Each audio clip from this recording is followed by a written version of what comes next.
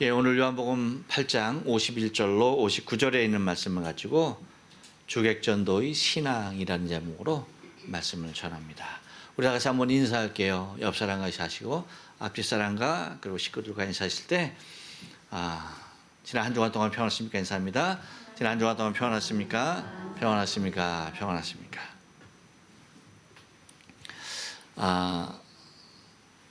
여행하기 좋은 계절입니다. 그렇죠? 여행하기 너무나 좋은 계절인 것 같아요. 고투 캠페인이 이제 10월부터 이달부터죠. 10월부터 이미 이제 동경도도 포함해서 실시가 되어지고 있습니다. 그래서 이제 동경도민들도 어디로 여행을 가든지 그 여행 경비의 반을 정부에서 치루어주는 그런 혜택을 받게 되었습니다. 여러분 어딘가 좋은 곳 상상하고 떠나고 싶은 곳 계십니까? 기회는 찬스다. 찬스 사용하시겠습니까? 예. 그런데 여러분 그 사람이 아름다운 자연을 찾아가죠. 근데 그 찾아갔던 그 자연을 그 자리를 또 가고 또 가요. 한 번의 아름다움을 경험했음에도 불구하고 다시 그 자리를 찾는 이유가 있습니다. 그 이유가 뭘까요, 여러분? 다 보고 온 건데 왜 또 그 자리에 갈까요? 그것은 아마 여러분이 여행에서도 느꼈을 것입니다. 그 이유는 다른 데 있지 않아요. 내가 지난번에 봤던 그 모습, 그 환경, 그렇죠? 그 자연이 거기에 가면 그 모습 그대로 또 있다는 거예요. 그곳이 새롭게 바뀌어서 다시 그곳을 찾는 것이 아니란 얘기입니다. 그렇죠? 만약에 새로운 곳을 경험하고 싶다고 한다면 갔던 여행지를 또 가는 것이 아니죠. 다른 여행지를 가는 거죠. 하지만 갔던 곳을 또 가는 이유는 새로운 것을 보고자 함이 아닙니다. 뭐예요? 예전에 보았던 그 모습을 다시 보고자 함인 것입니다. 곧 모든 자연들이 자신의 모습을 갖고 자기 자리를 지키고 있는 것이 그곳을 가장 아름답게 하는 이유인 것입니다. 그러기에 그곳을 다시 찾게 되는 거예요.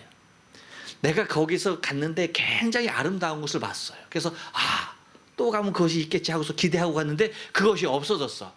다시 갈까 안 갈까요? 가지 않아요. 하지만 그 아름다운 광경을 다시 목도하게 될 때에 그곳에 다시 가게 되는 모습이죠. 여러분 곧 이 모습은요 자연의 모습뿐만이 아닙니다. 사람의 모습도 같아요. 자기의 자리를 지키고 있는 것,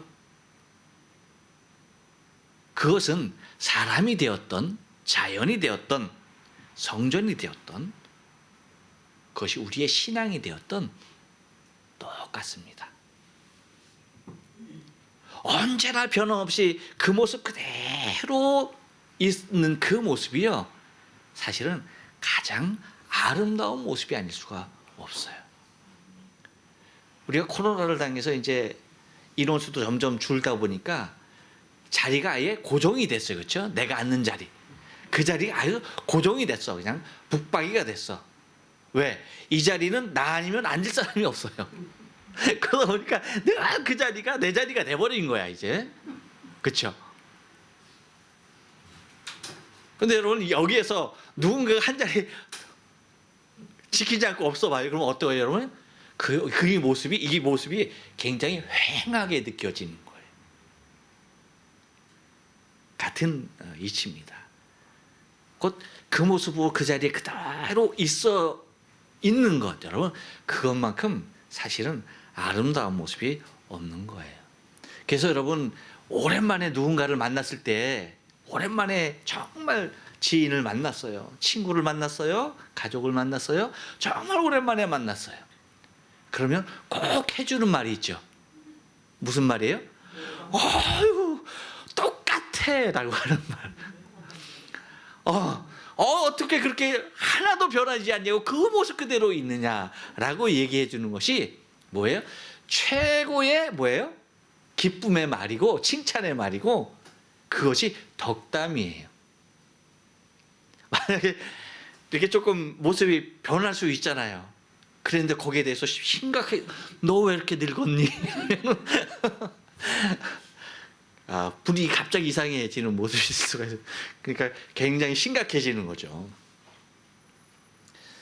그렇듯이 여러분, 항상 그 모습으로 그대로 있다라고 하는 것이 얼마나 아름다운지 모른다라고 하는 것입니다. 우리는 지난주에 본문을 가지고 주객전도의 성전에 대해서 살펴봤습니다.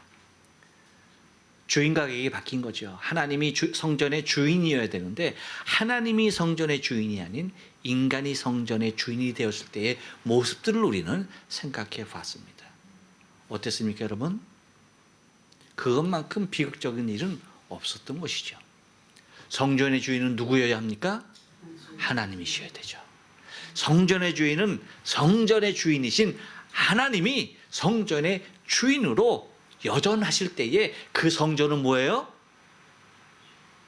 여전한 겁니다. 그 분위기도 여전한 것이고 그 기능도 뭐예요? 여전한 것이고 그 주인도 여전한 것이죠.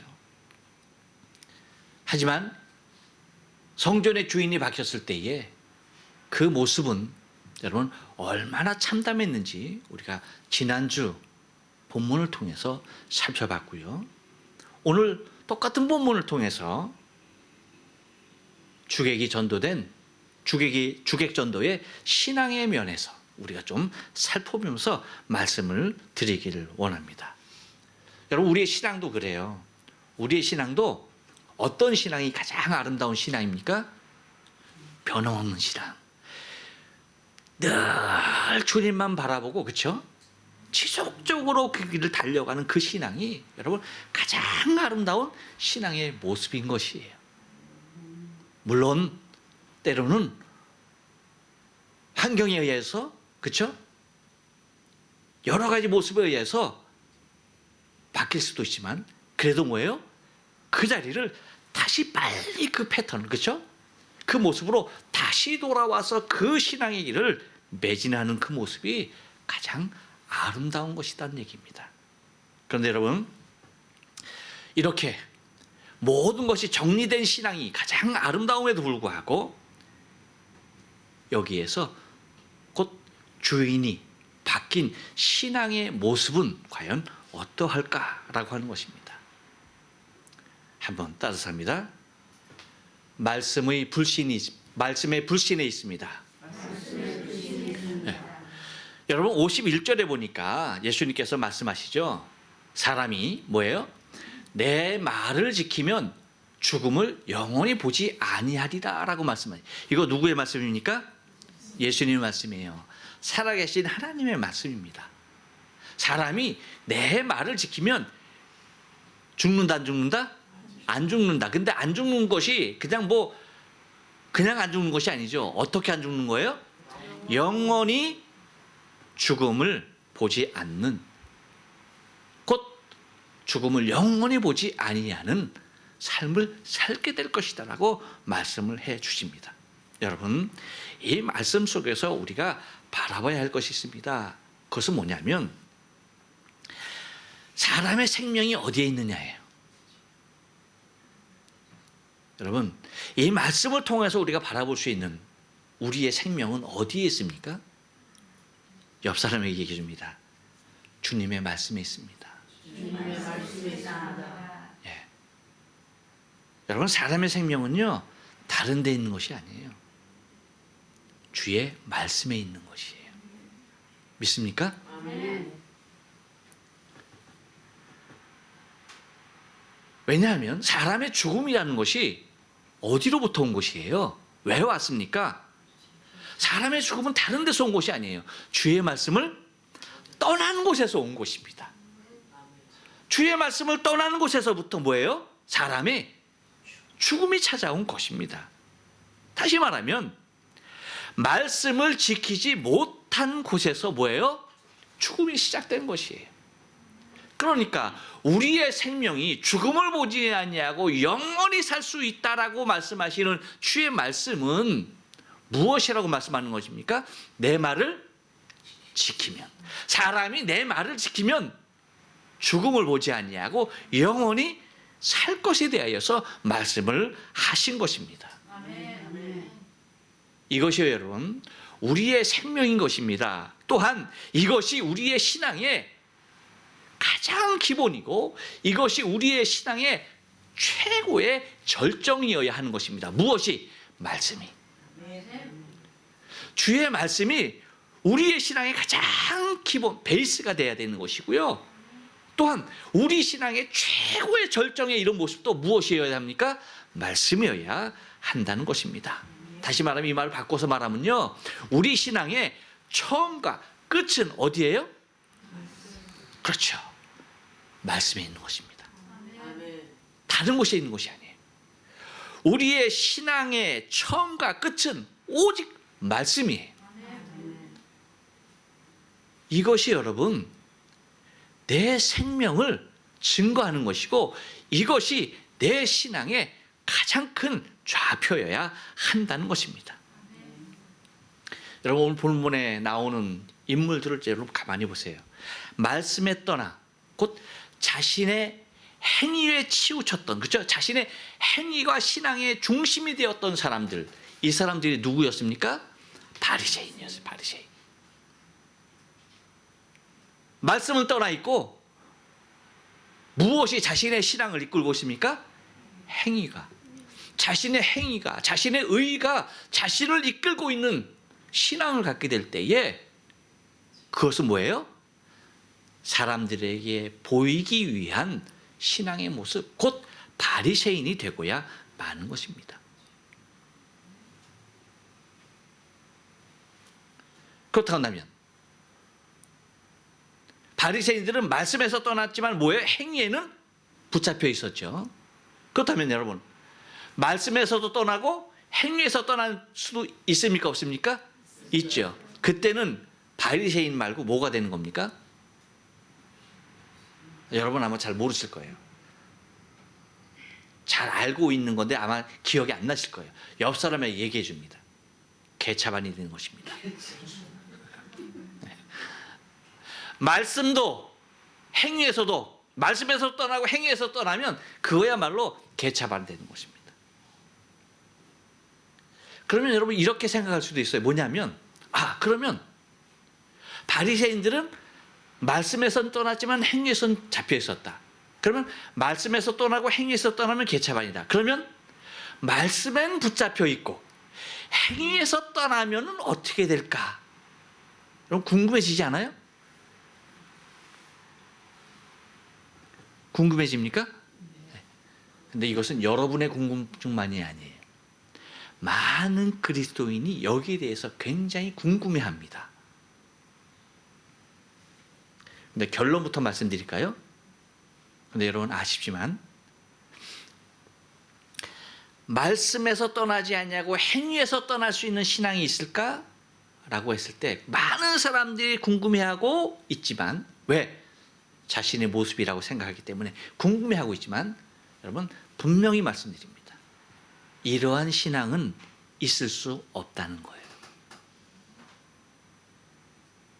무슨 말씀이에요? 말씀에 붙잡혀 있고 행위에서 떠난 신앙은 있을래야 있을 수가 없다는 겁니다. 단지 많은 사람들이 그렇게 착각하고 그렇게 기대하고 그렇게 신앙생활을 하기를 원하는 부류의 사람들이 많다는 거예요. 곧 내 자신이 여기에 속해 있을 것이라고 막연하게 생각하는 사람들이 있다는 것입니다. 어떤 모습으로요? 나는 말씀 안에는 있지만 행위가 나를 따라주지 않아 라고서 말을 하는 신앙인들이 있다는 것입니다. 그러니까 여러분, 이것은 어디에서 가능하냐 하면 끊임없는 가정을 자기에게 주는 거예요. 불어넣는 겁니다. 어떤 가정을? 나는 말씀 안에 있어. 나는 말씀 안에 살고 있어. 나는 말씀이 내 안에 있어. 라고 하는 가정을 끊임없이 자기에게 뭐예요? 쇠뇌해 가면서 신앙생활을 하는 부류라고 하는 것이죠. 하지만 여러분 생각해 보십시오. 말씀이 내 안에 있으면 행위는 어떻게 될까요? 행위는 그냥 따라오게 되는 거예요. 말씀이 내 안에 있기 때문에 말씀은 뭐예요? 곧 그것이 나를 움직이는 원동력이기 때문에 나는 그러한 삶을 살아가는 거예요. 보세요. 말씀 없이도 행위를 지키면서 살았던 사람들이 있었습니까? 없었습니까? 있었잖아요. 지금 예수님 앞에 있는 사람들이 그런 사람들이잖아요. 말씀은 없어요. 그럼에도 불구하고 무엇은 있는 거예요? 행위는 있어요. 하물며 여러분 생각해 보세요. 말씀이 내 안에 있는데 어떻게 행위 없는 신앙이 있을 수 있겠느냐는 얘기죠. 그럴 수 없다는 거예요. 다시 말하면 여러분, 우리는 이 말씀 앞에서 냉정하게 나 자신의 신앙을 점검해야 할 필요가 있는데, 내가 정말 말씀 안에 있는가?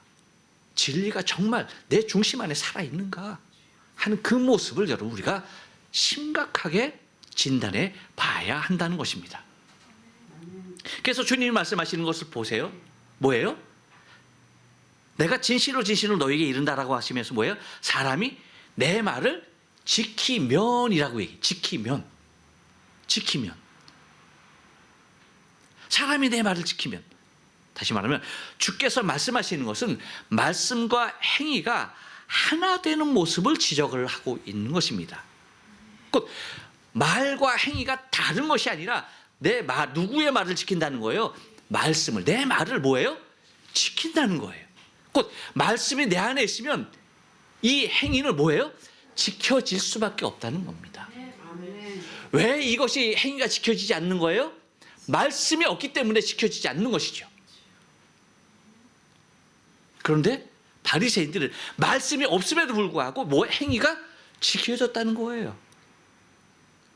그런데 우리는 내 안에 말씀이 있다라고 하는 가정 안에서 뭐예요?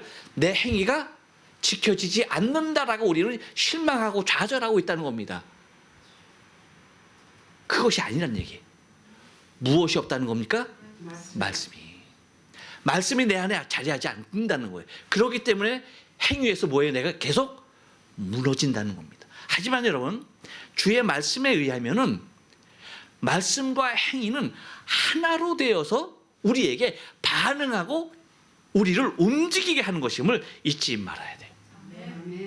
그래서 말씀 안에 있는 것이 가정일 수가 없다는 거예요. 뭐가 되어야 합니까? 사실이 되어야 한다는, 사실이. 계속해서 내 안에 내 말씀이 있어 하면서 내가 내 자신을 쇠뇌해서는 안 된다는 겁니다. 뭐 하는 겁니까? 말씀이 내 안에 있는 것이 팩트가 돼, 사실이 돼야 되는 거예요. 그것이 내 실질적인 신앙의 모습이 돼야 한다는 것입니다. 그래서 주님이 말씀하시는 것이 뭐예요?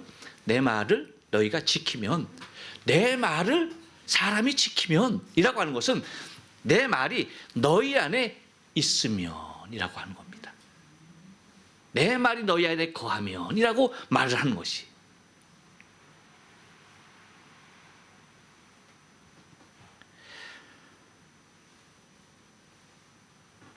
그래서 여러분, 주님께서 말씀하신 이제 이따 이 55절 우리가 볼 거지만 제가 읽어드릴게요. 그냥 여러분에게만 읽어드릴게요.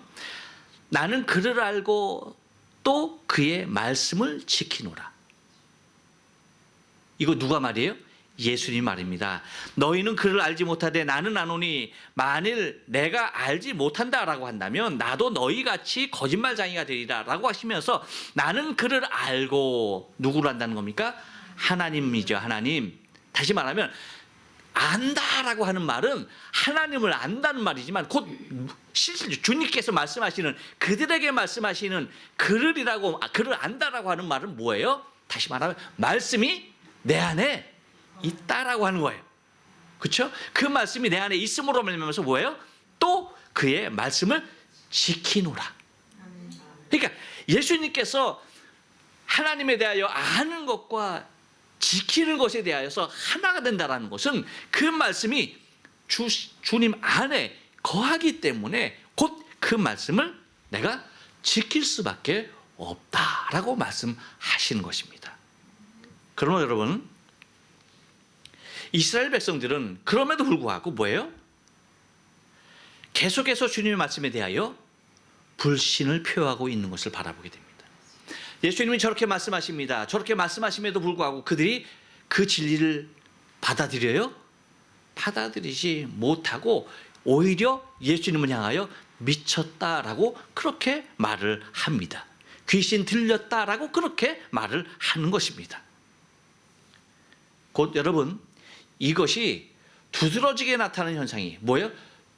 주객이 전도된 신앙 모습에서 나타나는 대표적인 모습입니다. 말씀의 불신이 그 안에 있다는 거예요. 말씀에 대한 불신이, 믿지 못하는 그 의심이 찾아온다는 것입니다. 또 하나, 주객전도의 신앙은요, 한 번 더 따라서 합니다. 절망 가운데 있습니다.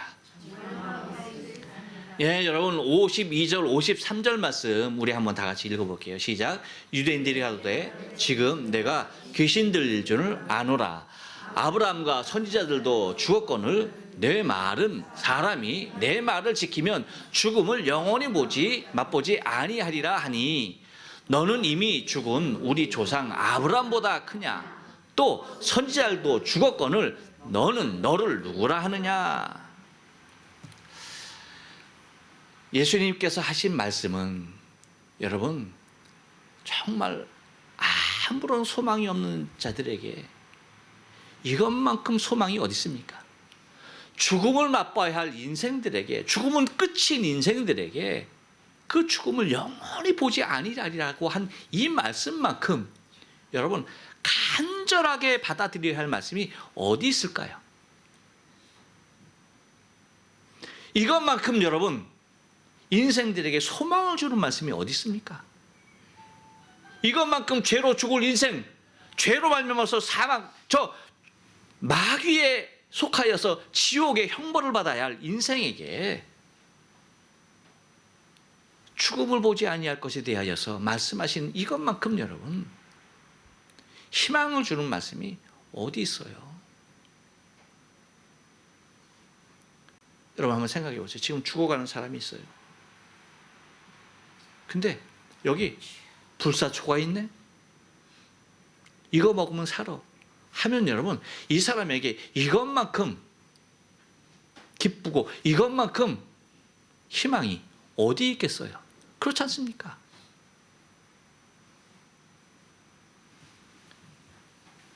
그런데 그들의 말을 통하여서 그들의 내면에 비춰지는 모습은 뭡니까? 소망이 사라진 것입니다. 이 이스라엘 백성들에게 아무런 소망이 없는 거예요. 지금 예수님 앞에 나와 있는 사람들에게 그 어떠한 소망도 없는 것입니다. 왜요? 그들이 말하는 대로 자신들의 조상 아브라함도 뭐예요? 죽었다는 겁니다. 그것뿐입니까? 자신 민족의 시조인 누구요? 아브라함도 죽었다는 거예요. 그리고 지금 자기 자신들보다 훨씬 뛰어났던 선지자들도 뭐예요? 모두 죽었다는 것입니다. 그러니까 아브라함도 죽었고 하나님의 말씀을 대했던 모든 선지자들도 다 죽었다는 겁니다. 그러므로 뭐예요? 마찬가지로 우리 또한 그렇게 죽는다는 거예요. 아브라함도 죽었고 선지자들도 죽었다. 고로 나도 죽는다. 이거예요, 이거.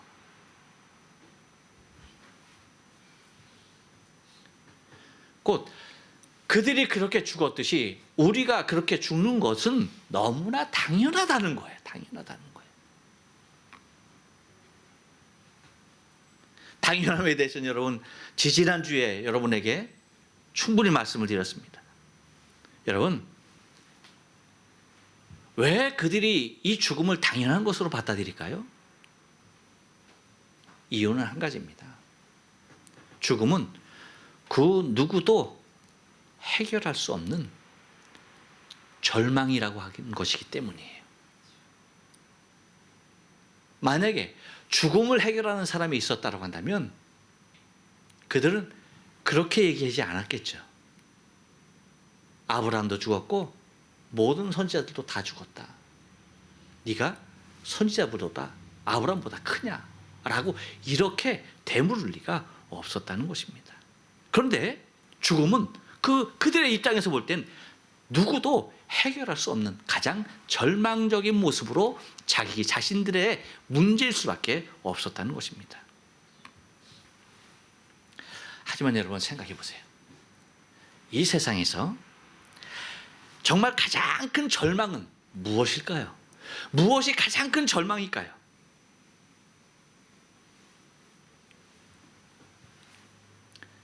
그들이 앞으로 맞이해야 할 죽음입니까? 아니죠. 뭘까요? 53절 말씀 한번 다시 한번 읽어볼게요. 시작. 너는 이미 죽은 우리 조상 아브람보다 크냐? 또 선지자들도 죽었거늘 너는 너를 누구라 하느냐? 자, 여러분 무엇이 가장 큰 절망이에요? 이 세상의 가장 큰 절망? 그렇죠. 다른 것 아닙니다, 여러분. 여러분이 지금 말씀하신 그대로예요. 메시아 예수가, 그들이 그렇게 기다렸던 메시아 예수가 다른 데 있는 것도 아닙니다. 바로 자신의 눈앞에 있어요. 눈앞에. 그리고 눈앞에 있을 뿐만 아니라 심지어 자기 자신들과 지금 대화하고 있어요. 대화. 그럼에도 불구하고 너는 너를 누구라 하느냐는 황당한 물음을 묻고 있는 것입니다.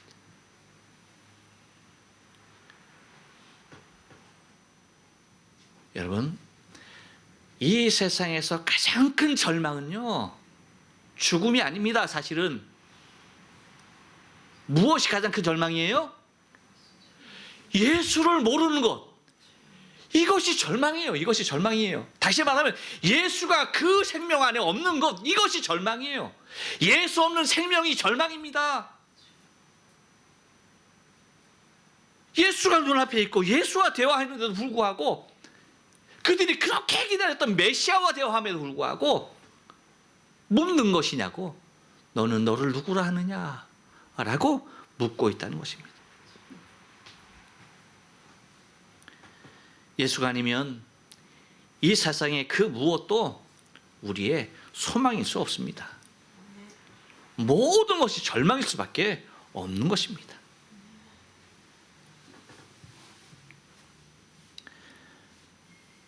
아무리 위대한 조상들이 있었다 할지라도, 아무리 위대한 하나님의 말씀을 전했던 선지자들이 있었고 그들의 위대함이 그들의 소망이었다 할지라도,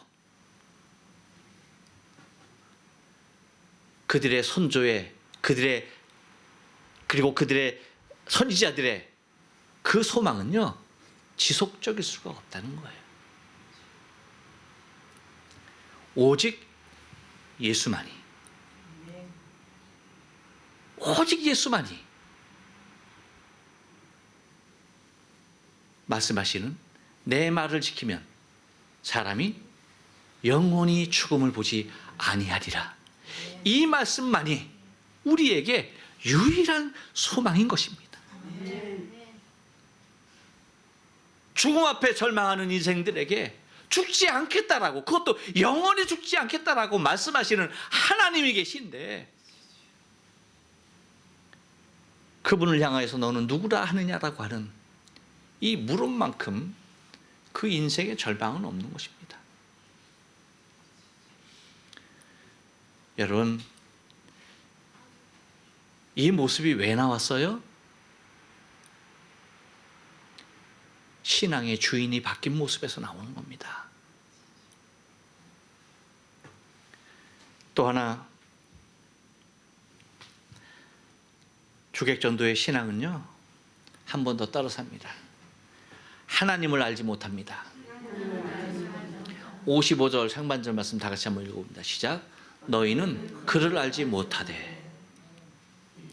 여러분요, 이 말은요, 이스라엘 백성에게는 이 말은 너는 이스라엘 백성 아니야 라고 하는 말과 똑같은 말이에요.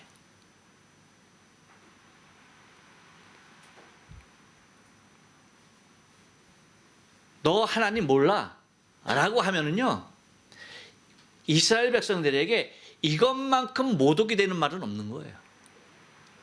이유가 뭘까요? 자기 자신들이 선민이라고 믿고 있는데, 하나님으로부터 직접 택함을 입은 선민이라고 믿고 있는데, 너 하나님 몰라 라고 얘기하면 그거는 여러분 이스라엘 민족들에게 이것보다 수치스럽고 이것보다 모욕적인 언행은 없는 거예요.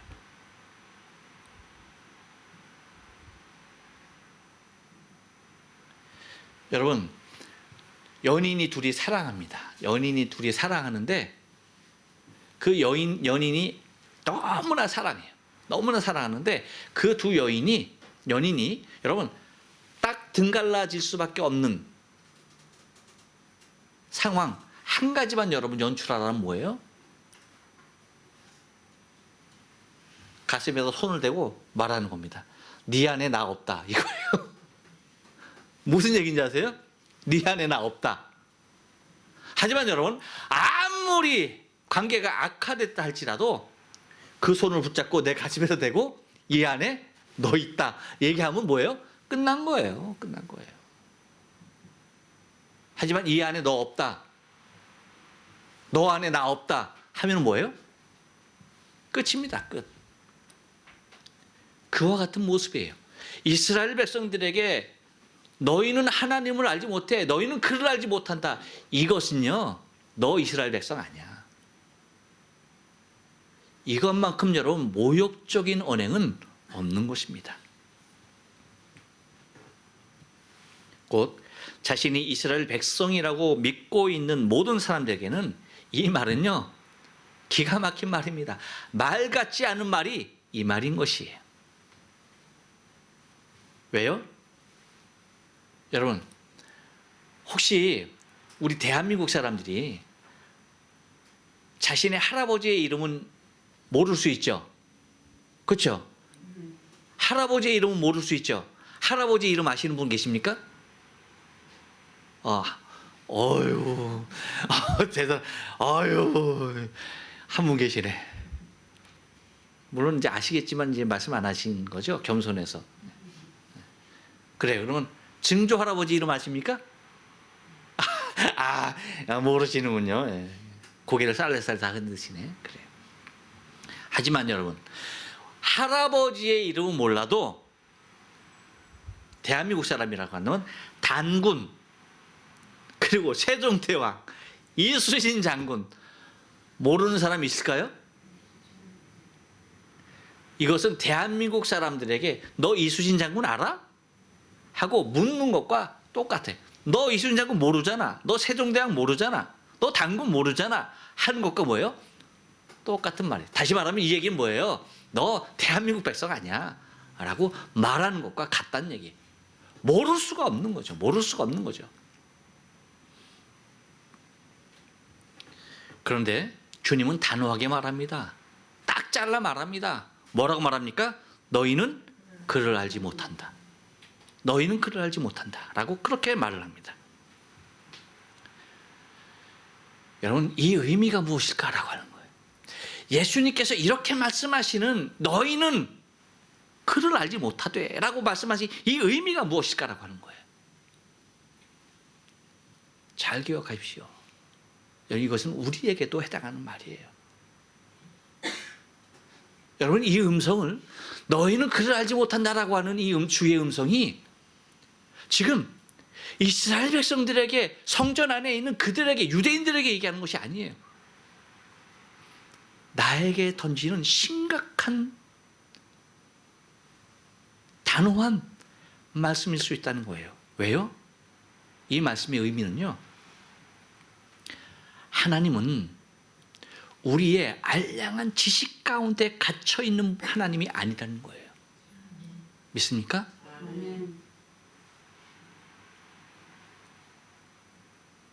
하나님은 내가 알고 있는 정도의 지식, 그 한도 내에 내 안에 갇혀 있는 하나님이 아니라는 거예요. 아니라는 거야.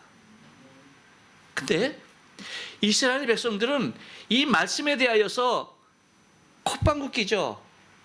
우리가 하나님을 모른다고? 말 같지도 않은 말이다라고 얘기하죠. 근데 주님이 왜 말씀하셨겠어요? 이스라엘 백성들은요, 하나님을 그들의 지식 안에 가둬놨습니다. 그 하나님이 자신의 하나님으로 알고 있었던 거예요. 근데 주님은 뭐예요? 그것은 하나님이 아니라고 말씀하시는 겁니다. 내 지식 안에 갇혀 있는 그분이 하나님이 아니에요. 아셔야 합니다, 여러분. 다시 말하면 우리의 생각으로 만들어 놓은 분이 하나님이 아니라는 거예요. 우리는 하나님을 우리의 생각으로 만들어 놓고 이것이 나의 하나님이라고 스스로 믿고 위로해 가면서 하나님 앞에 있을 수 있다는 얘기입니다. 근데 여러분, 이것을 향하여서 주님은 뭐라고 말씀하시는지 아십니까? 이것은요, 하나님이 아니라 우상이에요. 우상.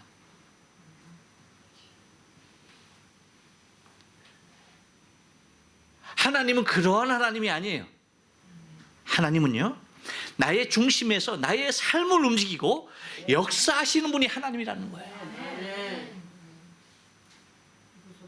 내가 알고 있고 내가 생각하고 있는 그 하나님이 나의 하나님이 아니라 내 안에서 실질적인 나의 삶의 중심이 되어지고 나의 삶을 움직이고 다스리고 통치하시는 분이 하나님이라는 겁니다. 그러기에 우리가 하나님을 내 중심에서 섬기지 아니하면, 내 중심에서 모시지 아니하고 내 중심에서 사랑하지 아니하면 그것은 하나님 아니라는 거예요. 그럴 때는 주님께서 말씀하시는 것이 반복적으로 말씀하시는 것이 다른 것이 아닙니다. 내 말이 너희 안에 거하면 이라고 얘기하는 것이, 하나님이 너희 안에 계시면 나를 알아볼 수 있다 없다? 있다는 거야. 중심에서 하나님을 사랑하고 중심에서 하나님을 모시고 있으면 너의 지식에서 너의 생각에서 있는 그 하나님이 아니라 너의 마음을 움직이고 너의 중심을, 너의 삶을 움직이시는 그 하나님이 내 안에 살아계시면 나를 알 수가 있다는 거예요. 그 진리가 너를 죽음을 보지 않게 한다라고 하는 말입니다. 여러분, 우리 한번 냉정하게 생각해 봐요. 내 안에 있는 하나님은 여러분 어떠한 대우를 받습니까? 내 안에 있는 하나님은 순간순간 나 자신에게 의심을 받아요. 그래, 안 그래요? 하나님을 향해서, 내 안에 계신 하나님, 내가 믿고 있는 하나님을 향해서 순간순간 의심합니다. 그 의심이 끊이지 않아요. 의심뿐입니까? 때로는 배척합니다. 때로는 냉정하게 차버립니다. 곧 순간순간 의심받고 순간순간 배척당하고 순간순간 버림당하시는 분이 내 안에 있는 하나님이 아니신가라고 하는 거예요.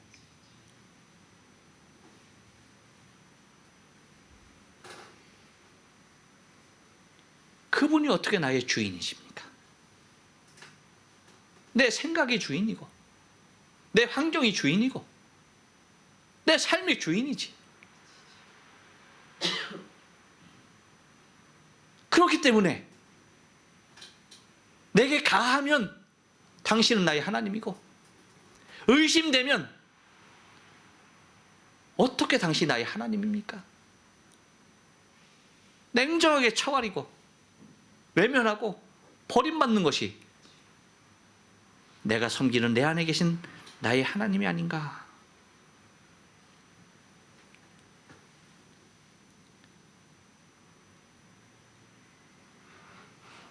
여러분, 나의 하나님은 나의 환경을 초월하여 계십니다. 내 환경 안에 갇혀있는 하나님이 결코 아닙니다. 하나님은 세상의 코로나를 초월해서 어떤 상황이라도 귀하고 높임을 받고 영광을 받아야 할 존재가 살아계신 나의 하나님인 것입니다.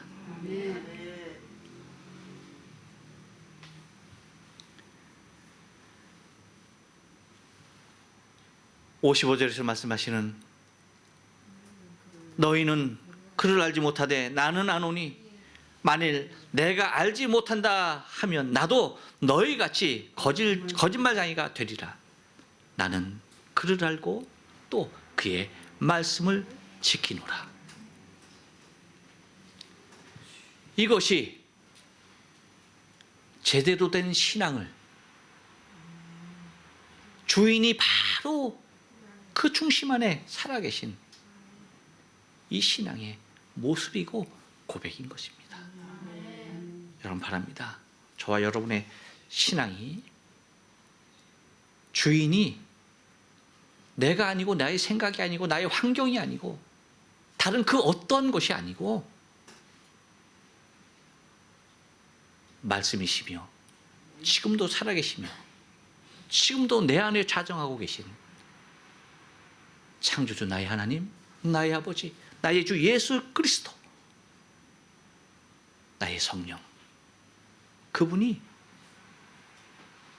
내 신앙의 주인으로 모신 신앙의 삶을 살아야 할 줄로 믿습니다. 기도하십니다.